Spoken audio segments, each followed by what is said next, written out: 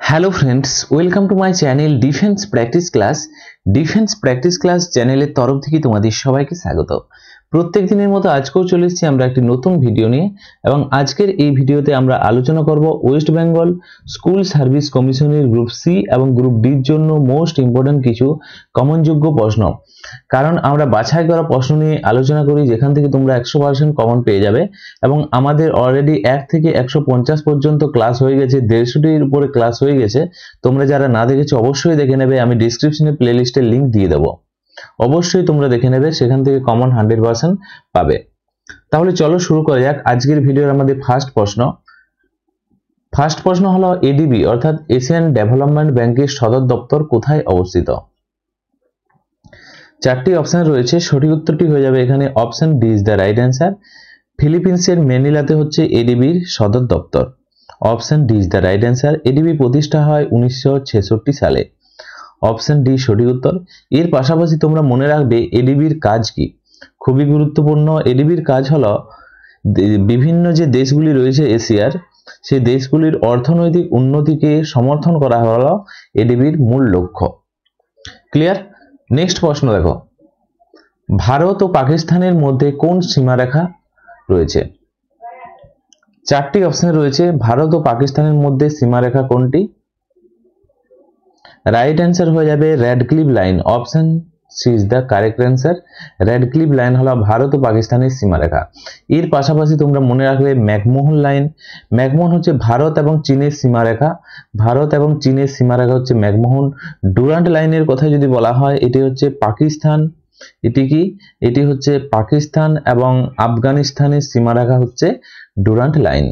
তো তার সাথে সাথে এক্সট্রা পয়েন্টগুলো মনে রাখবে, বিভিন্ন দেশের যে সীমারেখা রয়েছে সেখান থেকে তোমাদের পরীক্ষাতে প্রশ্ন আসে। আমি একটি স্পেশাল ভিডিও বানিয়ে দিয়েছি, তোমরা যারা না দেখেছ অবশ্যই নিচে কমেন্ট বক্সে কমেন্ট করে জানাবে, আমি একটি স্পেশাল ভিডিও তাহলে বানিয়ে দেব। পরবর্তী প্রশ্ন দেখো 3 নাম্বার, পৃথিবীর বায়ুমণ্ডলে সবচেয়ে বেশি পরিমাণে কোন গ্যাস পাওয়া যায়? বায়ুমণ্ডলে সবচেয়ে বেশি পাওয়া যায়, রাইট অ্যান্সার হয়ে যাবে এখানে nitrogen gas. Option C is the correct answer. Nitrogen পাওয়া যায় 78%-এর মতো নাইট্রোজেন গ্যাস পাওয়া যায় বায়ুমণ্ডলে, খুবই গুরুত্বপূর্ণ। এবং অক্সিজেন কত পাওয়া যায়? অক্সিজেন নিচে কমেন্ট বক্সে কমেন্ট করে জানাও। অক্সিজেন পাওয়া যায় 21%-এর মতো পাওয়া যায় অক্সিজেন গ্যাস, খুবই গুরুত্বপূর্ণ। ওকে, নেক্সট প্রশ্ন দেখো 4 নাম্বার প্রশ্ন, বিশ্বের কোন দেশে 2টি রাজধানী রয়েছে? এখানে 4টি অপশন রয়েছে, সঠিক উত্তর হয়ে যাবে 4টি অপশনের মধ্যে option B is the right answer. দক্ষিণ আফ্রিকা।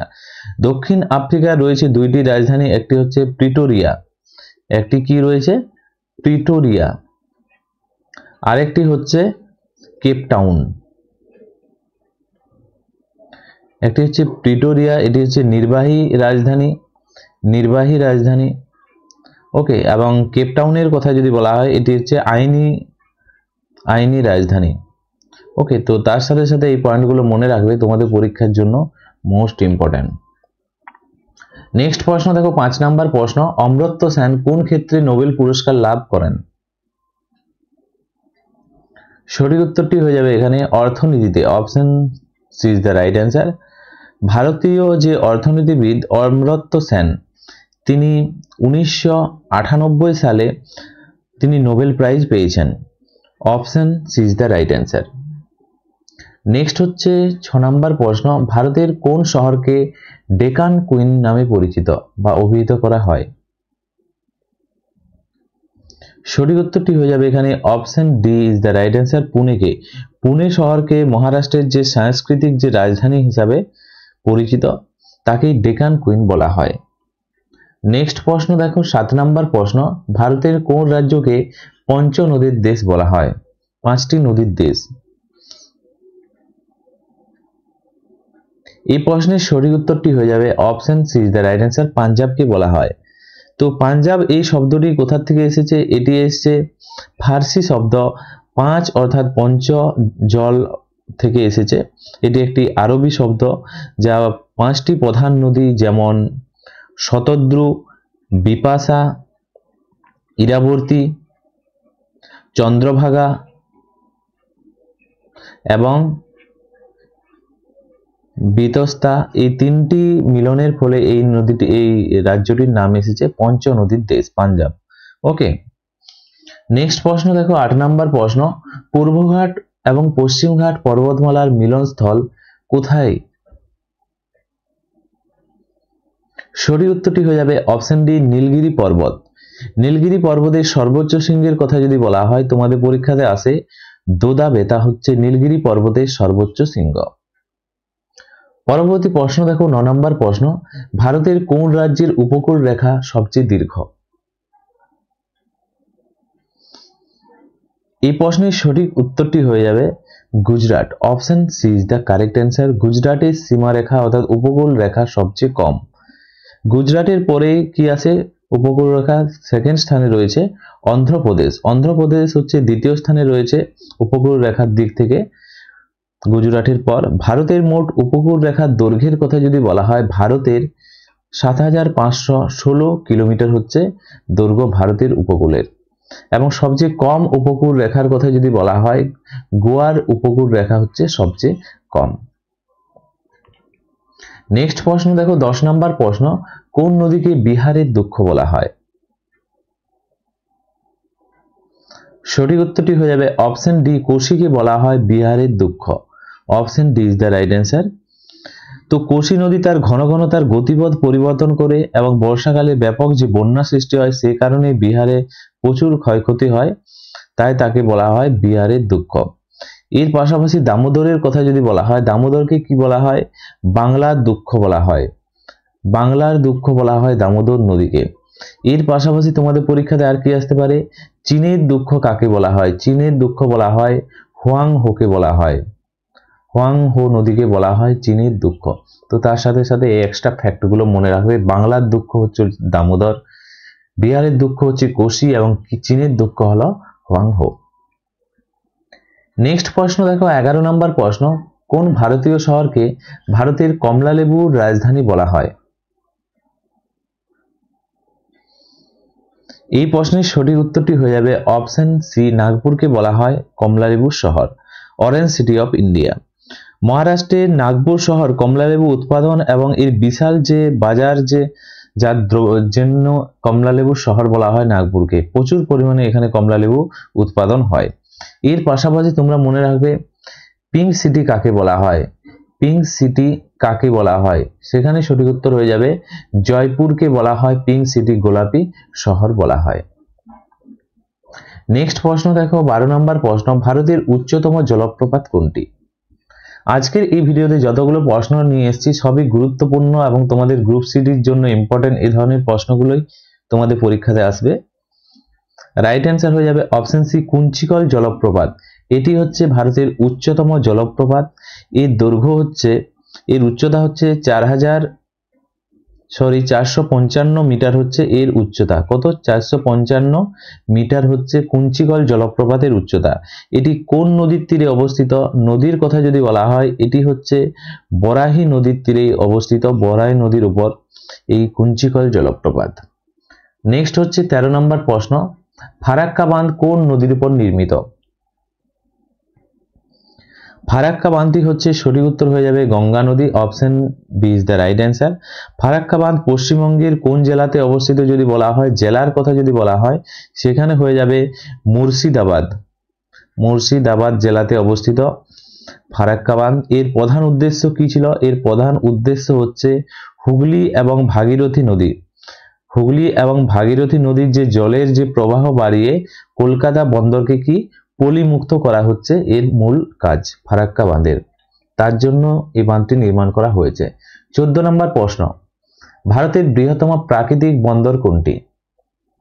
খুবই গুরুত্বপূর্ণ প্রশ্ন। ভারতের বৃহত্তম প্রাকৃতিক বন্দরগাঁও। আরেকটি প্রশ্ন আছে, ভারতের বৃহত্তম হচ্ছে কৃত্রিম বন্দরগাঁও এবং ভারতের গভীর বন্দরগাঁও, গভীরতম বন্দরগাঁও। তো এখানে বলা হয়েছে প্রাকৃতিক বন্দরগাঁও। রাইট অ্যান্সার চলে যাবে অপশন বি, মুম্বাই বন্দরগাঁও হচ্ছে option C is the right answer, প্রাকৃতিক বন্দরগাঁও। এবং কৃত্রিম বন্দরগাঁওয়ের কথা যদি বলা হয়, সেখানে হয়ে যাবে চেন্নাই বন্দর হচ্ছে ভারতের বৃহত্তম কৃত্রিম বন্দরগাঁও। ওকে, এবং গভীরতম বন্দরগাঁওয়ের কথা যদি বলা হয়, সেখানে হয়ে যাবে বিশাখাপত্তনম বন্দরগাঁও হচ্ছে গভীরতম বন্দরগাঁও। তো তার সাথে সাথে এই পয়েন্টগুলো নোট করে নেবে। নেক্সট প্রশ্ন হলো 15 নম্বর প্রশ্ন, ভারতীয় গ্রীষ্মকালীন মৌসুমী বায়ু প্রথম কোথায় আঘাত হানে? রাইট অ্যান্সার হয়ে যাবে অপশন ডি, কেরালা উপকূলে প্রথম আঘাত হানে। প্রতি বছর সাধারণত পয়লা জুন নাগাদ দক্ষিণ পশ্চিম মৌসুমী বায়ু কেরালা উপকূলে প্রবেশ করে। 1 জুনেই প্রবেশ করে থাকে কেরালা উপকূলে। নেক্সট হচ্ছে 16 নম্বর প্রশ্ন, দুন নামে পরিচিত উপত্যকাগুলি হিমালয়ের কোন অংশের সাথে যুক্ত? রাইট অ্যান্সার হয়ে যাবে অপশন সি, শিবালিকার সাথে যুক্ত।